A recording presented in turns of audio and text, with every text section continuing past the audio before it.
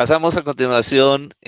con el doctor Julián Darío Bonilla Montenegro, labora en la Universidad Libre de Colombia, abogado egresado de la Universidad Nacional de Colombia. Actualmente cursa doctorados en Ciudadanía y Derechos Humanos en la Universidad de Barcelona y doctorado en Ciencias Políticas y de la Administración y las Relaciones Internacionales de la Universidad Complutense de Madrid. Invitamos a la doctora Claudia para que junto con el doctor Julián, que ya lo vemos muy identificado también con un sentir nacional, de esta participación. Bienvenido. El doctor Julián Darío Bonilla Montenegro nos hablará sobre una revisión postcolonial del modelo de justicia transicional en Colombia. Doctor Bonilla, el tiempo es suyo, puede hacer su intervención.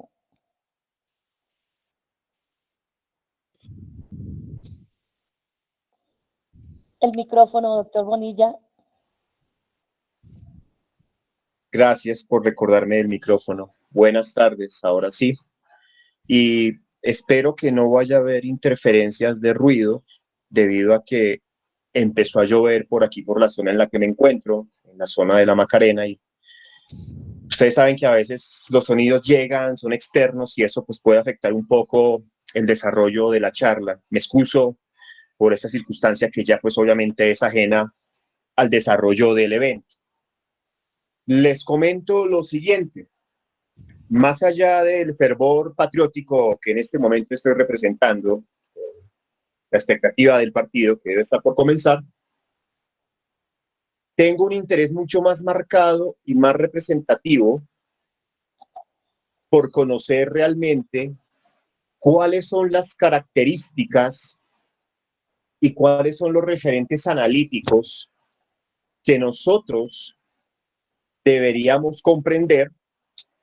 al momento de identificar las condiciones y las características de lo que desde hace aproximadamente unos 15 años, lo digo un poco abiertamente, hemos identificado en Colombia como justicia transicional. Digo unos 15 años porque se puede tomar como modelo de referencia las pretensiones que se desarrollaron durante la administración Uribe, después de las negociaciones de Santa Fe de Ralito, en las que se estaba haciendo el proceso para una posibilidad de ingreso a la vida civil de las organizaciones paramilitares. Y en ese momento ya existía una mayor carga y una mayor identidad sobre la necesidad de articular estos procesos de negociación desde la perspectiva de la llamada justicia transicional. Y si nosotros lo viéramos como personas del común, que estuviéramos alejadas del ejercicio académico en el derecho, en las ciencias políticas, en los estudios de seguridad, tal vez esto era una categoría que no era lo suficientemente cercana a nosotros, no se identificaba o no se lograba reconocer plenamente cuáles podían ser los referentes para poder trabajar algo que llamábamos justicia transicional, porque nuestras experiencias previas se basaron en unas negociaciones con organizaciones armadas y legales, insurgentes en esta primera etapa, lo que podemos llamar del 89 al 98, en las cuales se garantizaba la entrega de armas, el ingreso a la vida civil y un número muy elevado de amnistías e indultos generalizados. Pero ya para ese momento, en la década de los 90, comenzaba a surgir la necesidad de establecer la conformación o la generación de unos estándares mínimos, unos criterios generales sobre los cuales se tenía que establecer los procesos de transformación y de reorganización de los sistemas políticos, de los sistemas jurídicos, como consecuencia de las finalizaciones de regímenes altamente represivos en materia de derechos humanos, o articulándolo un poco más en el contexto colombiano, que es una narrativa muy recurrente que nosotros tenemos a consecuencia de un conflicto armado. Y ahí es cuando entramos en el tema de la justicia transicional. Pero la intención que nosotros, y aquí hablo un nosotros general, en el cual los invito a todas las personas que están en este momento participando, deberíamos tener en cuenta, es hacer una identidad o una referenciación acerca de cuál debe ser el modelo de justicia transicional o cuáles deben ser las características que existan para el desarrollo de este tipo de modelos de justicia transicional. Y es en estas circunstancias que entra en juego la segunda categoría, que es la base de esta presentación y que tiene que ver con la teoría postcolonial. Teoría que se puede considerar articulada o dependiente de los estudios culturales y que comenzó su desarrollo en la década de los 70, teniendo como primer referente el trabajo del académico palestino, profesor en la Universidad de Columbia, Estados Unidos, Edward Said, con su muy famoso libro Orientalismo. Con base en esta introducción, lo que pretendo compartir el día de hoy tiene que ver con la necesidad de identificar cuáles son las críticas que pueden establecerse para los modelos de justicia transicional desde el enfoque o las perspectivas de la teoría postcolonial. Para esto, la organización que tengo planteada exponer el día de hoy corresponde a el ejercicio de la presentación de los dos marcos teóricos, por un lado el marco teórico de la justicia transicional y por el otro el de la teoría postcolonial, para después, a modo de hipótesis tentativa, demostrar que una de las falencias que tiene la justicia transicional corresponde al hecho de que se sigue pensando bajo un modelo o un criterio de justicia de tipo o de corte liberal, lo que hace que se desconozcan las formas o las características particulares que se pueden establecer desde los enfoques postcoloniales para garantizar un verdadero o apropiado reconocimiento de los distintos grupos, culturalmente hablando, que existen dentro de un escenario de transición y que no se remita únicamente a la pretensión de establecer o configurar una estabilidad institucional. Con base en esto, lo primero que les puedo comentar compete directamente a la justicia transicional. Tal vez la mayoría de nosotros ya conocemos lo que es esta categoría, las condiciones particulares que han servido para la generación de este referente, pero me permito es hacer simplemente una revisión de carácter genealógico entre las reconstrucciones o los criterios que fueron establecidos tanto por Nietzsche y posteriormente por Michel Foucault, en donde se puede establecer una suerte de recorrido histórico que garantice identificar las formas como se constituyeron o se generaron la consolidación de determinadas categorías o referentes conceptuales. Algunos también podrían asimilar que esta reflexión estaría articulada con la necesidad de identificar lo que corresponde a una suerte de historia conceptual del fenómeno. Como les decía, al momento de hacer la introducción de esta presentación, durante muchos años, especialmente en las regiones de lo que podríamos llamar tercer mundo, o en otras circunstancias lo que se puede denominar el sur global, se mantuvieron diversos escenarios de conflictos armados, especialmente de carácter interno, guerras civiles, dictaduras militares o también dictaduras civiles en las cuales los mismos gobiernos, con el afán de perpetuación en el poder, generaban circunstancias altamente represivas en el campo de los derechos humanos. Pero curiosamente, siguiendo lo que en su momento trabaja el académico estadounidense Samuel Mohan, actualmente en la Universidad de Harvard, corresponde al ejercicio de que todavía no se había forjado un activismo. En su libro La Última Utopía, menciona que realmente pensar en hablar de la necesidad de reivindicar y reconocer los derechos humanos fue en la década de los 80, cuando comenzó a movilizarse la base social. Aquí la base social tiene un aspecto muy importante que ya permite unas articulaciones con la teoría postcolonial, en donde se garantizaba o se buscaba exigir que hubiera realmente un compromiso real para poder establecer las circunstancias o los elementos de organización del sistema de derechos humanos. El ejemplo más importante para esto corresponde a la finalización de la dictadura militar argentina en 1983 y la necesidad que se tuvo de generar la muy famosa Comisión Sábato, la CONADE, Comisión Nacional de Personas Desaparecidas, en los cuales ellos presentaron su informe Nunca Más, un informe que se llama Comisión Sábato porque el escritor Ernesto Sábato fue su presidente, y en el cual se hizo un detalle y una revisión particular de cuáles fueron las condiciones, llamémoslas en este momento atrocidades, que fueron cometidas durante la dictadura y que ya se demostraban como una violación a los derechos humanos. En el contexto argentino hubo una gran movilización social. Recordemos lo que fueron las madres de la Plaza de Mayo, las abuelas de la Plaza de Mayo actualmente, en donde estaban, por ejemplo, indagando qué es lo que había pasado con muchos de los niños de las mujeres que habían sido desaparecidas y que incluso habían sido desaparecidas en condición de embarazo. Desaparecen las mujeres, pero los hijos ¿qué? Y se dieron cuenta que estaban utilizando los hijos para adopciones irregulares, entre otras características. A diferencia de lo que ha pasado en Colombia, y aquí haciendo un pequeño paréntesis a lo que estoy comentando,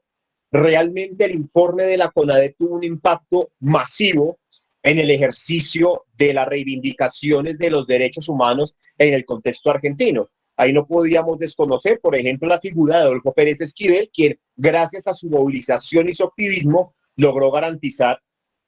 la obtención del Premio Nobel de Paz, así como ser un referente para exigir que esto que llamamos derechos humanos tuviera unos criterios y unas exigencias mínimas para el reconocimiento de algunas categorías que en este momento no suenan muy comunes, pero como les decía, para esa época o ese momento histórico prácticamente no tienen una identidad. Verdad, justicia, reparación, la necesidad de regenerar una memoria histórica que realmente determinaran las condiciones y las causas que se pudieron establecer. ¿Por qué no menciono la Segunda Guerra Mundial? Porque es que después de los acontecimientos ocurridos en el contexto europeo y en el contexto asiático con Japón, quedó como un vacío histórico. Se hizo la transformación de un conflicto de carácter global, se mudaron los escenarios de conflicto a lo local, a los caracteres nacionales, y este elemento de reivindicación quedó como opacado, quedó como oculto. Incluso ustedes recuerden que una vez que se generó las circunstancias derivadas de los juicios de Nuremberg y Tokio, se planteó en ese momento crear una Corte Penal Internacional, llamémosla así por ahora, pero faltó ese impulso, esa movilización. Ya una vez en los 80, cuando también comienza la denominada tercera ola de democratización, es que se comienza a hacer el acercamiento a las exigencias y a las necesidades desde la misma base social para el reconocimiento de estos derechos. Pasa el fin de la Guerra Fría, hitos históricos, caía el muro de Berlín, fragmentación de la Unión Soviética, pero al mismo tiempo se extiende el reconocimiento de las crisis políticas que se veían en otras regiones del mundo, como el caso de Ruanda, con el famoso conflicto entre los Hutus y los Tutsis, o la antigua Yugoslavia. Y a consecuencia de estos fenómenos de las guerras civiles, del genocidio que se presentó en el contexto de este Estado africano, es que se comienza a ver la necesidad de establecer cuáles deben ser las condiciones apropiadas para reconocer las condiciones de sufrimiento que tuvieron las víctimas de estos escenarios de, vuelvo y repito la expresión, graves y sistemáticas violaciones a los derechos humanos. Y en ese momento, la académica argentina, nacionalizada y radicada en Estados Unidos, Ruth Taiter, es cuando expone la categoría justicia transicional. un sistema de mecanismos encaminado a garantizar el restablecimiento de ciertos elementos jurídicos a través de disposiciones o características de verdad, justicia y reparación. Pasando rápidamente para poder utilizar el tiempo adecuadamente, en 1997, el académico francés Louis Joinet expide su declaración, su informe, ante la Asamblea General de Naciones Unidas, previa solicitud de la Comisión de Derechos Humanos de esta organización, en los cuales plantea cuáles deben ser los estándares o criterios mínimos mediante los cuales se debe garantizar el cumplimiento de los criterios que ya les he comentado, y es lo que conocemos como los famosos principios Joinet. Desde ese momento, estamos hablando ya del 98, y se articula también con la constitución de la Corte Penal Internacional, con la firma del Estatuto de Roma, que entra en vigor en 2001, es que ya hablamos de que se debe tener necesariamente un criterio o un sistema de verdad, justicia, reparación, garantías de no repetición.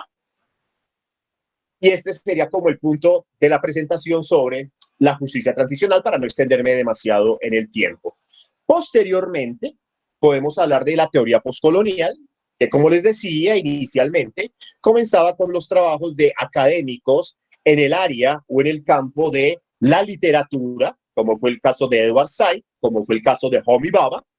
también de historiadores que particularmente provenían de las regiones de reciente descolonización en la India y en otros estados del sudeste asiático, y era simplemente una revisión particular,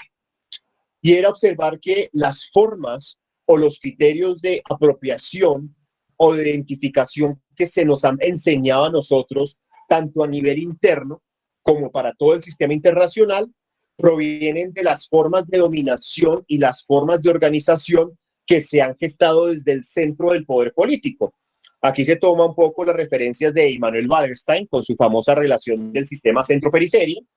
en donde hay un centro de poder, que es el mundo europeo estadounidense, el mundo anglosajón. También se puede hacer extensivo a Japón, pero mantengamos como siempre la identidad eurocéntrica, que es la categoría que generalmente se utiliza para identificar este centro, que es el que extiende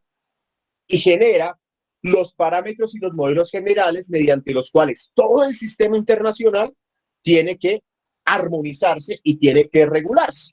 Y esto incluye también la necesidad de que los estados de esta zona que llamamos tercer mundo, o de esta zona que ya a través de otros trabajos como los de Boaventura de Sousa Santos se denominan el sur global, tienen que asimilar como propios. Y esto obviamente no únicamente se ha trabajado en el contexto de la literatura, sino que gracias al desarrollo de estos temas en el contexto de los estudios culturales, se ha visto efectivo para investigaciones en el campo de la filosofía, como son los estudios decoloniales de raigambre latinoamericano, en donde existen figuras muy representativas como el caso del argentino residente en México, Enrique Dussel, o estudios en el campo de la historia e inclusive en el derecho, como las demostraciones que el académico chileno Arnold Becker Lorca, actualmente profesor en Estados Unidos, ha hecho sobre cómo las formas jurídicas del derecho internacional, y aquí ya comenzamos a ver las conexiones con la justicia transicional, se han constituido y se han generado desde las formas de imposición y de dominación simbólicas que se han generado desde Europa. Europa, recuerden, referente global. Con lo poco que me queda de presentación, ¿cuál es la relación que todo esto tiene con el ejercicio de la justicia transicional y una crítica desde la teoría postcolonial? Como les acabo de decir, el modelo fue constituido desde las ideas o las formas de comprensión que se establecieron a través de un sistema internacional homogéneo, constituido desde un patrón común que son la Organización de Naciones Unidas, con la necesidad de que esas formas o esas estructuras se expandan al resto del mundo, considerando que si se cumplen con esas características o si se cumplen con esos criterios, se va a lograr una verdadera y una eficaz transición. ¿Cuáles son los puntos para tener en cuenta en este criterio? Uno, primero, se está imponiendo un modelo jurídico desde una perspectiva occidental. No se tienen en cuenta las condiciones o las particularidades que pueden generarse en los otros grupos culturales de otras regiones del mundo, sobre los cuales se pueda garantizar o se puede establecer la necesidad de un proceso de transición. Si nosotros hacemos una revisión en el contexto africano, fácilmente se podría encontrar lo que sucedía con los tribunales Gacaca posteriores al genocidio en Ruanda, en donde no era necesario que se cumpliera un proceso judicial que estableciera una graduación sustantiva de las penas o que estuviera estableciendo diversos elementos de transición, sino que el simple hecho de que las personas ante, permítame usar la expresión, un público que hubieran sido las personas miembros de una comunidad dentro del territorio, de algún grupo tribal particular, reconocieran que hubieran llevado a cabo prácticas vinculadas con el genocidio. Eso era suficiente para ellos y para lograr la satisfacción del reconocimiento de estas circunstancias. Y en el contexto colombiano, sería entonces muy importante observar cómo es que se ha pretendido, se ha querido articular o generar la identidad del proceso, tratando de hacer un enfoque, un acercamiento desde la perspectiva de los derechos étnicos. Pero valdría la pena preguntarse si, tal cual como está configurado, se están reconociendo realmente las formas y los modelos de organización, tanto de la Comisión de la Verdad como de la JEP, para poner un ejemplo concreto de lo que actualmente se está presentando, porque en el caso de la Justicia y Paz durante los paramilitares no hay una referencia clara sobre este asunto, en donde se tengan en cuenta las necesidades, las reivindicaciones y las formas de resarcimiento que exijan las comunidades, comunidades indígenas o comunidades afro. Y sobre estas circunstancias, volvemos a repetir, se puede observar que parece que importará más construir un modelo o un estándar que proviene de las estructuras generadas desde el centro del sistema internacional, independientemente de la posibilidad real de satisfacción que se tenga para el contexto nacional. Afortunadamente, para el contexto colombiano, es importante observar como un avance en relación con esto, el fallo, el inicio del proceso ante la JEP, en donde se le quieren otorgar derechos a la naturaleza como una víctima y como un sujeto de derechos, desde el trabajo que una de las magistradas que viene de una de las comunidades indígenas, me excuso en este momento, se me va el nombre de esta magistrada, ha querido desarrollar como uno de los casos, el famoso caso 002. Dejo hasta aquí esta presentación, ya quedan 3 minutos y la cabeza no me falla en este momento. Muchísimas gracias y un abrazo para todos. Que estén muy bien. A usted, doctor Julián, una excelente revisión poscolonial del modelo de justicia transaccional en Colombia. Si me lo permite, una línea de tiempo también que empleó y acudió a ella para poder esbozar toda esta magnitud de lo que se pretendía manejar. Agradecemos su intervención en el día de hoy.